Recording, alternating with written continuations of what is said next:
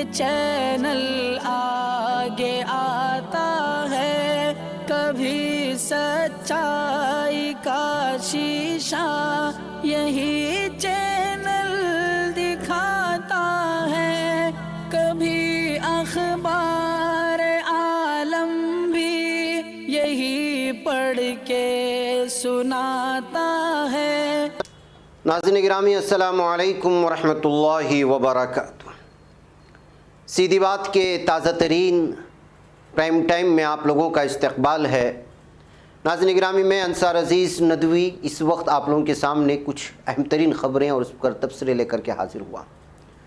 سرخیوں میں جانے سے پہلے میں آپ لوگوں سے درخواست کر لوں کہ جن احباب نے ہمارے چینل کو سبسکرائب نہیں کیا ہے کر لیں، اور ہمارے ان ویڈیوز کو دوسروں تک پہنچانے میں ہماری مدد کریں۔ بیل آئیکن ضرور دبائیں، اس لیے کہ بیل آئیکن دبانے سے ہی آپ کو نوٹیفیکیشن حاصل ہوتے ہیں۔ بصورت دیگر آپ صرف سبسکرائبرز بن جاتے ہیں اور ویڈیو کی نوٹیفیکیشن آپ تک نہیں پہنچتے، اس لیے بیل آئیکن دبانا بہت ضروری ہوتا ہے، لہٰذا اس بٹن کو دبائیں۔ اور ناظرین گرامی اس وقت ادارے کی مضبوطی آپ لوگوں کی مضبوطی ہے، اور اس کے علاوہ مشترکہ قربانی کا اعلان ہو چکا ہے اور عید قرباں بھی قریب ہے۔ جو احباب اپنے نام لکھوانا چاہتے ہیں واٹس اپ کر سکتے ہیں اس دیے گئے نمبر پر۔ ناظرین دراصل کچھ خاص خبریں نہیں تھی تو دو اہم ترین موضوعات کو لے کر کے آپ کے سامنے حاضر ہوا۔ ایک یہ کہ کل سے ترکی کا ایک ایسا ڈرون جو اس وقت پوری دنیا میں ہنگامہ مچایا ہوا ہے، اس کی ساری تفصیلات میں آپ لوگوں کے سامنے رکھنا چاہتا ہوں کہ کس طرح ترکی اس وقت دفاعی سسٹم آگے بڑھ رہا ہے، اور وہ ڈرون جس ڈرون کی تعریفیں اس وقت پوری دنیا میں ہو رہی ہیں وہ کس قدر صلاحیت کا حامل ہے۔ دوسری بنگلہ دیش کی رانی نامی گائے کی بھی میں آج تفصیلات رکھوں گا۔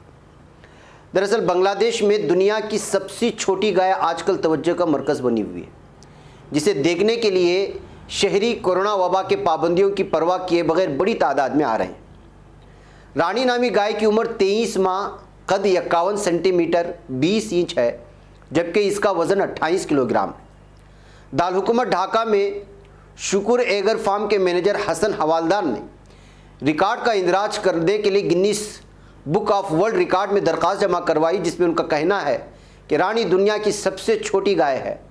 بی بی سی کے مطابق گنیس کی ایک ٹیم اس سال فارم کا دورہ کرے گی۔ فی الحال دنیا کی سب سے چھوٹی گائے کا ریکارڈ بھارتی ریاست کی کیریلا میں منیکام کے پاس ہے، جو 2014 میں 61.1 سینٹی میٹر یا 24.7 انچ کی تھی۔ حسن حوالدار نے رانی کو گزشتہ ماہ ایک فارم سے خریدا تھا۔ انہوں نے ایک رپورٹ بی بی سی کو اور دیگر بہت سارے ذرائع کو بتایا ہے کہ اسے دوسرے گایوں سے دور رکھا جاتا ہے کیونکہ وہ ان سے ڈرتی ہے اور اسے چلنے میں بڑی دقت پیش آتی ہے۔ فارم چلانے والے قاضی محمد ابو سفیان نے امریکی ادارے وائس کو بتایا کہ رواں ہفتے 20,000 سے زائد لوگ رانی کو دیکھنے آئے۔ انہیں تشویش تھی کہ ہجوم سے کورونا وائرس کے پھیلنے کا خطرہ ہے۔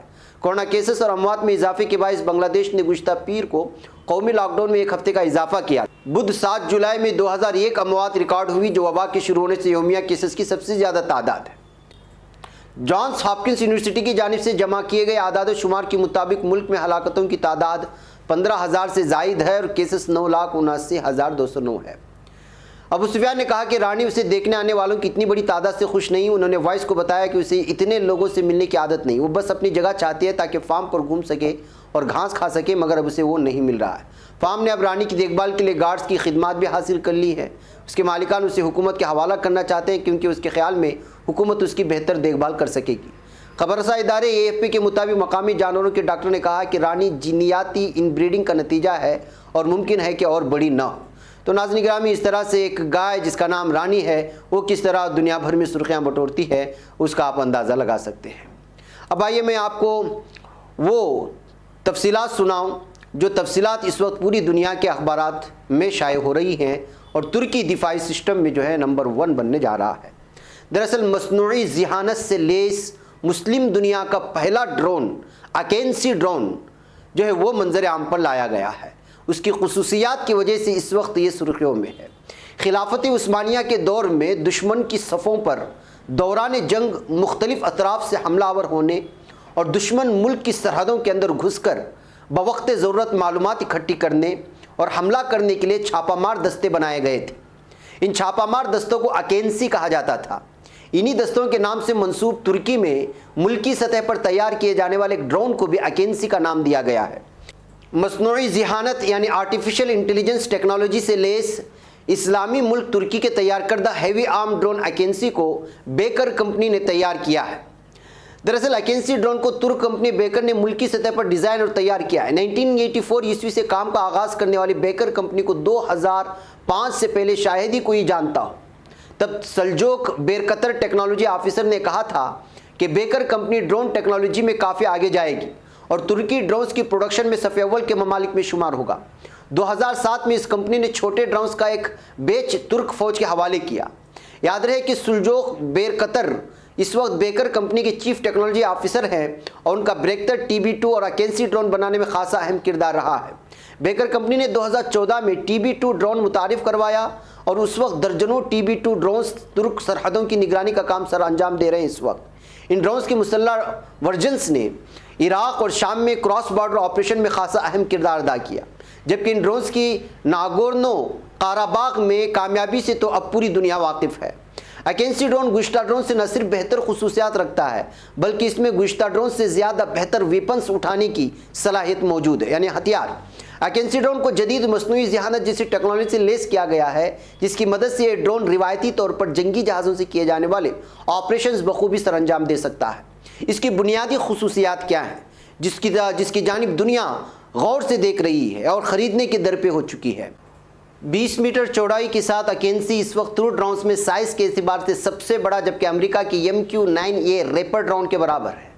اس کی لمبائی 12.2 میٹر، اونچائی 4.1 میٹر ہے، جبکہ ہقیقت ڈرون 1350 کلو گرام پے لوڈ لے جا سکتا ہے، جس میں سے 450 کلو گرام اندرونی اور 900 کلو گرام بیرونی سٹیزن شپ پر نصب کیے جا سکتے ہیں۔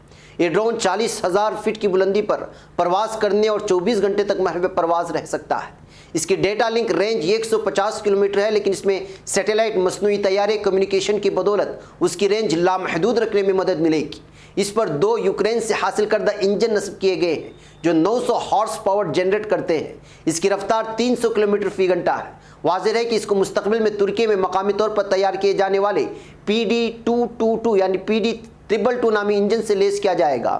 یہ انجن دراصل ترکی کے تیار کردہ PD-170 سے ماخوذ ہے، جس سے ترک ایروسپیس انڈسٹریز کے ان کا ڈرون کو بھی پاور کیا جاتا ہے۔ ناظرین گرامی، یہ ڈرون صحیح معنوں میں ملٹی مشن مقاصد کے لیے بنایا گیا ہے۔ یہی وجہ ہے کہ نگرانی اور جنگی جہازوں کے لیے اہداف کی نشاندہی کے ساتھ ساتھ اس پر کئی اقسام کی میزائلز بھی نصب کیے جا سکتے ہیں، جن کی تفصیل کچھ اس طرح سے ہے۔ ہقیقت پر ترک کمپنی راکسان کے تیار کردہ اسمارٹ مائکرومینیشن، جس کو MAML اور MAMC دونوں کو کیری کیا جا سکتا ہے، یعنی اٹھا کر کے لے جا سکتا ہے۔ یہ اسمارٹ میونیشنز وزن میں ہلکے ہونے کی وجہ سے زیادہ تعداد میں اس ڈرون پر نصب کیے جا سکتے ہیں۔ ان کی رینج 8 سے لے کر 11 کلومیٹر ہے۔ امتاز گائیڈڈ اینٹی ٹینک میزائل بھی اس ڈرون سے داغا جا سکتا ہے۔ اس وقت ترکی میں تیار کردہ بوزدوگان اور گوکتوگان فضا سے فضا میں مار کرنے والے میزائل بھی مستقبل میں اس ڈرون کے ویپنز پیکیج میں شامل ہوں گے۔ زیادہ لمبے فاصلے پر مار کرنے والے MAMT کو بھی اس ڈرون سے کچھ عرصہ پہلے ہی ٹیسٹ فائر کیا گیا ہے۔ اس میزائل کے مختلف ورژن 25 سے لے کر 80 کلومیٹر ترک اپنے اہداف کو نشانہ بنا سکتے ہیں۔ ناظرین گرامی، اس ڈرون کے ایونگز کی اگر بات کی جائے تو ہقیقت ڈرون مکمل طور پر خود مختار فلائٹ کنٹرول سسٹم سے لیس ہے۔ اس میں 3 اضافی آٹو پائلٹ سسٹم نصب کیے گئے ہیں۔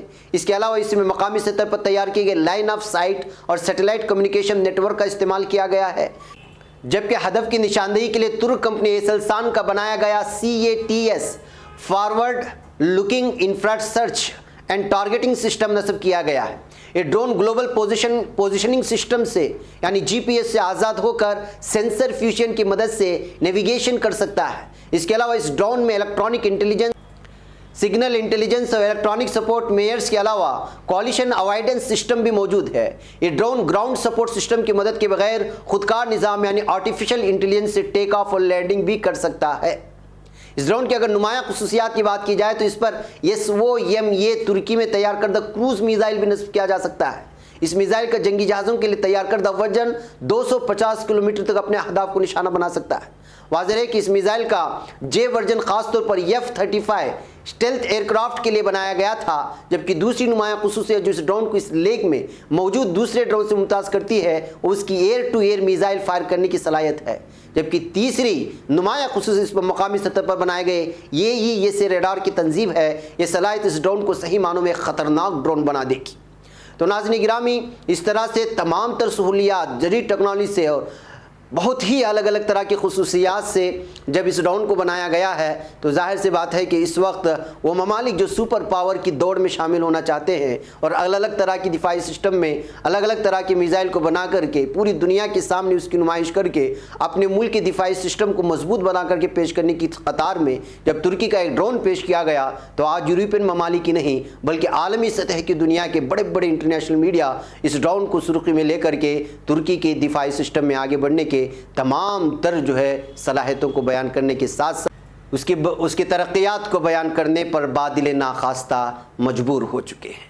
بہرکیف ناظرین گرامی، یہ دو اہم ترین تفصیلات تھی جو آپ لوگوں کے سامنے رکھنا تھا۔ مجھے یہاں پر اجازت دیں، انشاءاللہ پھر آپ سے ملاقات ہوگی۔ السلام علیکم ورحمۃ اللہ وبرکاتہ۔ خبر پڑھنے کا تم نے بھی عجب انداز پایا ہے، رواداری کے جذبے نے بھی تم پہ ناز پایا ہے، اسی راہ میں محبت کا حسین اعزاز پایا ہے، تمہیں ہر انجمن میں ہم نے تو ممتاز پایا ہے، تمہیں سے ہے ترقی پر عزیز انصار سیدھی بات، عظیمت